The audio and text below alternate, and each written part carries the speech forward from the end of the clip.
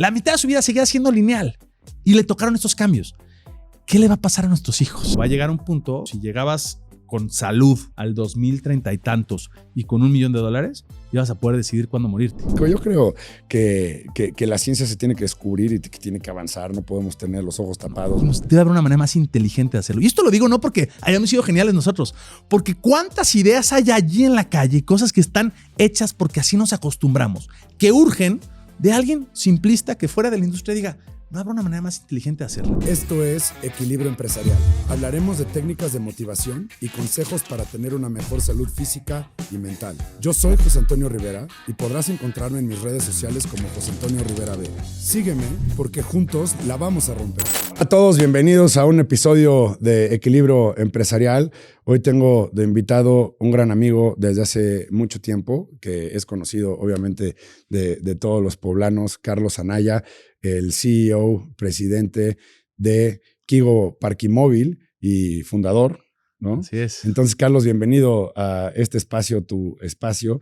Tengo una tradición, no me gusta presentar a las personas más que con su nombre, por ser un poquito educado, pero nadie mejor que contar la historia un poquito cronológica de dónde naciste, cómo fue avanzando, cómo fue tu niñez, cómo fue tu juventud y cómo te fue llevando la vida a tomar estas decisiones y hasta llegar un poquito a tu formación profesional.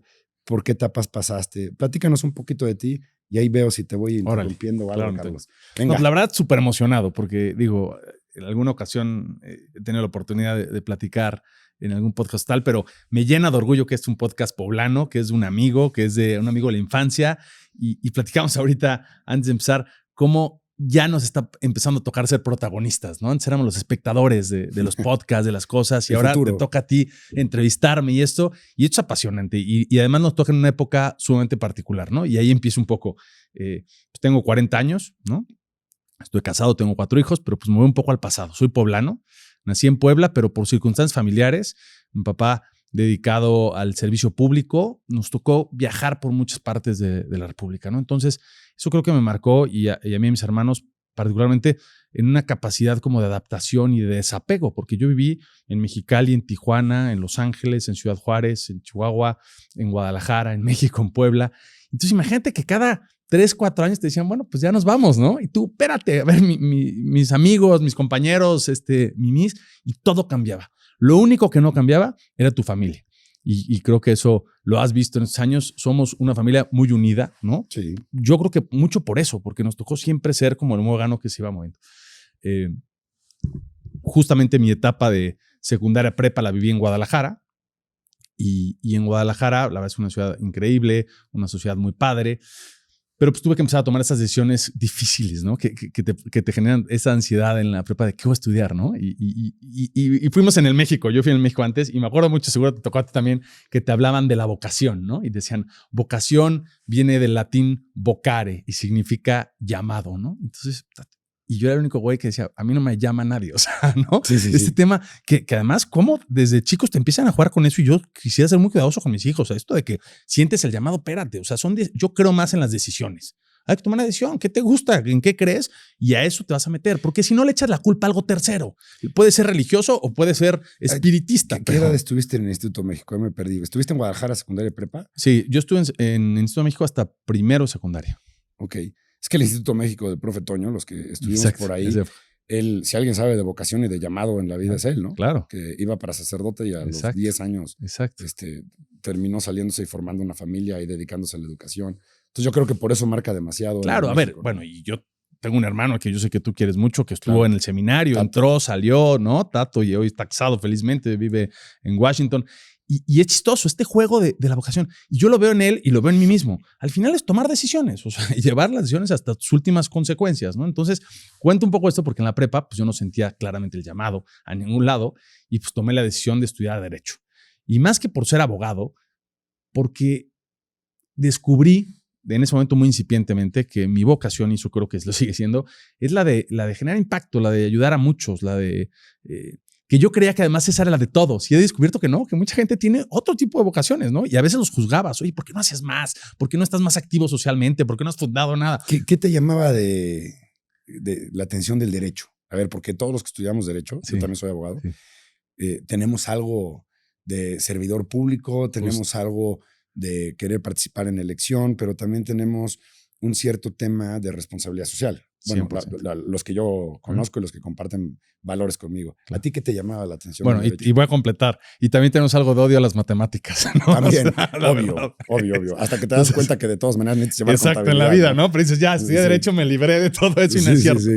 Pero sí, justo, yo creo que es un tema, y creo que es un paradigma, ¿eh? Nos vendieron que el abogado es el que forja las instituciones, el que hace las leyes, y entonces el que puede generar impacto de largo plazo. Yo creo que a la base siempre tenemos esto, ¿no? Queremos no solo actuar, sino queremos que esa actuación y eso que hagamos genere mucho impacto y trascienda.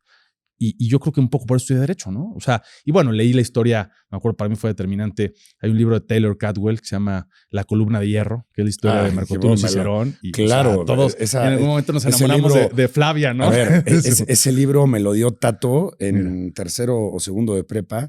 Es un libro, no me dejarás mentir, de 80 páginas probablemente. Sí. Y habla hasta desde el nacimiento, ¿no? Exacto. De Marco Tulio y de su papá. Híjole, qué libro tan más aburrido, pero extraordinario. Pero es que esa biografía en donde te das cuenta que el derecho, o al menos en ese momento lo creía, es mucho más que las leyes, ¿no? Es este tema de la justicia, ¿no? De perseguir la justicia y buscar que las instituciones estén hechas para que haya justicia.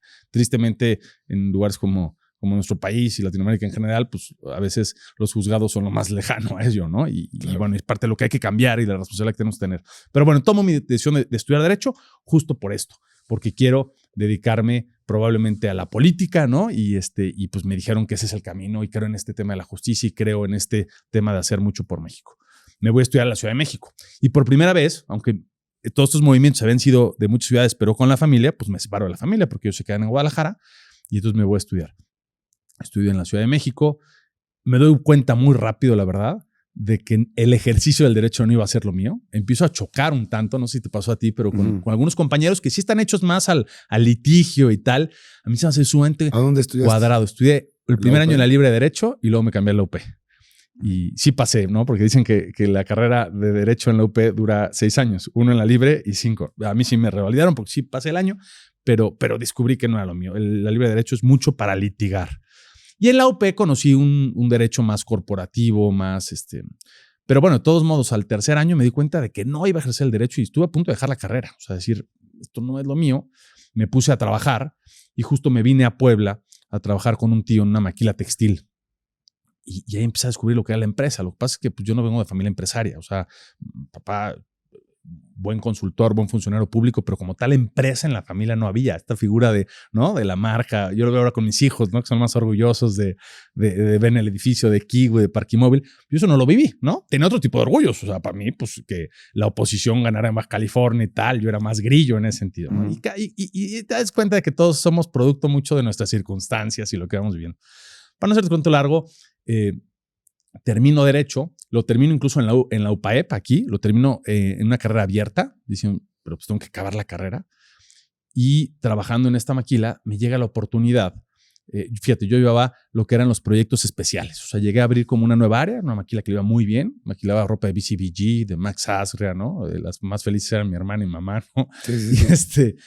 Y entonces lo que me encomienda Franco, mi tío, es necesitamos buscar proyectos especiales, porque lo que está pasando con China, ¿no? Es que pues, estos cuates están siendo cada vez más flexibles. Nuestra ventaja era la velocidad. Una gran desventaja que empezamos a vivir, ahí empezamos a vivir pues, lo que es el costo de este país, que tiene cosas hermosas, pero tiene otras cosas que son un altísimo costo. A nivel empresarial tenemos que mandar los camiones escoltados, ¿no? De aquí a San Luis Potosí, porque no nos robaban y se robaban las prendas. Y entonces todo esto impactaba en los costos. Y me dijo, tenemos que buscar cosas nuevas o esto se va a acabar. Y me acuerdo que empezamos a buscar marcas y nos pusimos a hacer unas botas de Ed Hardy, ¿no? Con pieles exóticas. Entonces, yo a lo mejor ni conozco, pero hay un lugar que se llama Naolinco en Veracruz, en donde me fui a buscar que nos dieran la piel de lagarto y demás, pero luego tenía que estar certificada. Todo este rollo. Y la verdad es que me empezó a encantar este tema de crear algo que nadie había hecho. De Ed Hardy, ¿no? Exacto. Qué bárbaro. Era una marca tremenda. Loquísima. Sí. Y entonces, en este inter también, pues buscar oportunidades, meto o inscribo con la autorización del director de la empresa, de Franco, a la empresa en Coparmex y en Canaco y en Canacintra y tal, para poder generar como vinculación. Salió el abogado que hay en ti. Y en este ejercicio, me invitan a ser director, o sea, después de participar un poco, a ser director de Coparmex. Cual está bien padre, porque tenía 21 años. Coparmex, para los que no sepan, es un sindicato de empresarios. Y bueno, el Centro Empresarial de Puebla, que es Coparmex Puebla, pues tiene algo así como en esa época tenía a lo mejor 35, 40 empleados y tiene un presidente, que es un puesto honorífico, que es, digamos, el presidente del consejo, será el equivalente a una empresa, y tiene un director general, que sí es un puesto pagado y que coordina al interior, pues todo, ¿no? Y tiene varias áreas, capacitación, eventos, entonces, a los 21 afiliación. años. Imagínate llegar. Y ya estabas titulado. Ya estaba titulado de Derecho, abierta. Bueno, no, de hecho, escribí mi tesis y es otra historia porque tu mamá me ayudó a escribir mi tesis para poder... Es que a los que no saben, nuestras vidas están entrelazadas de muchos temas. Ahorita las explicamos. Exactamente. Pues imagínate, yo llegué, chavito, 21 años, a una Coparmex, pues padre, llena de empresarios, pero en donde te decían, y tú hazte bolas pues, de que salgan las cuentas, ¿no? Y con 35 o algo así de empleados, particularmente algunos gerentes que llevaban ahí, no es exageración y no me dejan mentir, 20 años siendo gerentes, ¿no? O sea, personas ya de 50 y tantos, casi 60 años.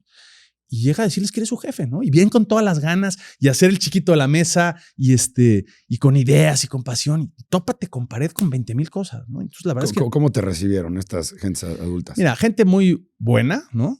Pero pues con muchísima difidencia. Decir, a ver, ¿qué va a decir este chavito, no? Y además, si me dijeras que ya vendió una empresa o que es un emprendedor que ya puso 4 negocios, no, es un abogado que no quiere ser abogado, ¿no? Es un